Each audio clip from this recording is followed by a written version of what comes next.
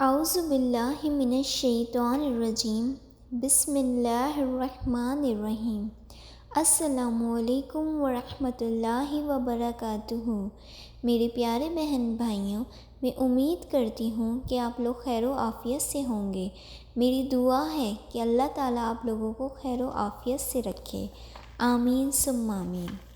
میرے پیارے بہن بھائیوں، آپ سب کو ذی الحج کی بہت بہت مبارکباد۔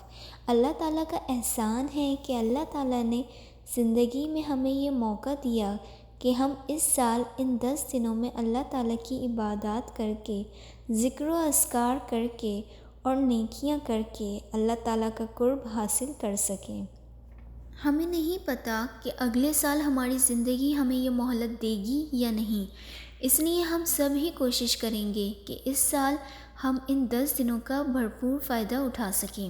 اب دیکھیں، کامیاب انسان جو ہوتا ہے اس کو پتہ ہوتا ہے اس نے کس وقت کیا فیصلہ کرنا ہے اور اس سے کامیابی کیسے حاصل ہوگی۔ اب کسان کو ہی دیکھیے کہ اسے اچھے سے اندازہ ہوتا ہے اس نے کون سے سیزن میں بیج بونا ہے اور اس کی کس طرح سے بہترین فصل اگ سکتی ہے۔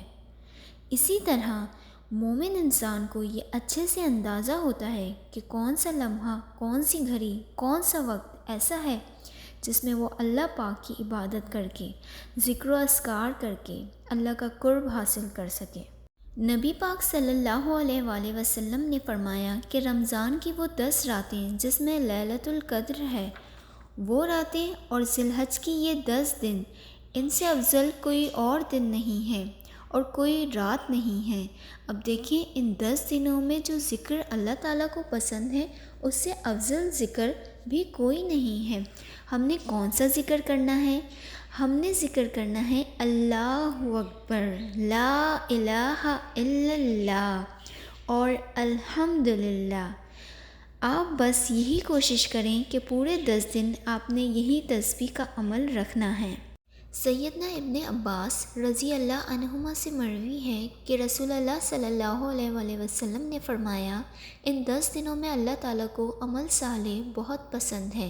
آپ صلی اللہ علیہ وآلہ وسلم سے پوچھا گیا، کیا جہاد فی سبیل اللہ سے بھی زیادہ یہ دن پسند ہے؟ تو آپ صلی اللہ علیہ وآلہ وسلم نے فرمایا، ہاں، یہ دن جہاد فی سبیل اللہ سے بھی بہتر ہیں، سوائے اس شخص کے جو اپنے مال اور جان کو لے کر نکلے اور کسی چیز کو واپس لے کر نہ آئے۔ اس لیے ہمیں چاہیے کہ کثرت سے نوافل ادا کریں، نمازوں میں مکمل پابندی کریں، نفلی روزے کا اہتمام کریں، کیونکہ اعمال صالحہ میں روزے شامل ہیں۔ رسول اللہ صلی اللہ علیہ وآلہ وسلم ذی الحج کی تاریخ کو روزے رکھتے تھے۔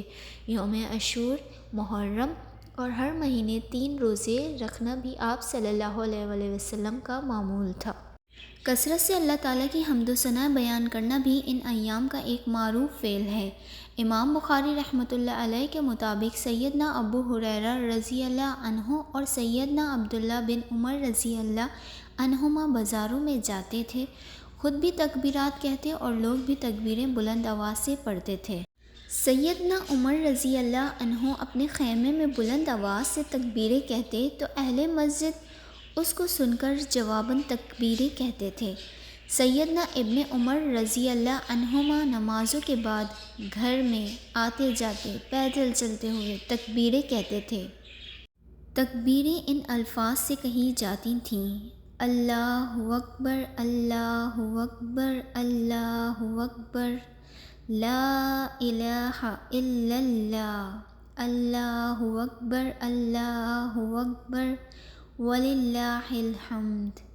یوم عرفہ کا روزہ رکھنا رسول اللہ صلی اللہ علیہ وآلہ وسلم سے ثابت ہے۔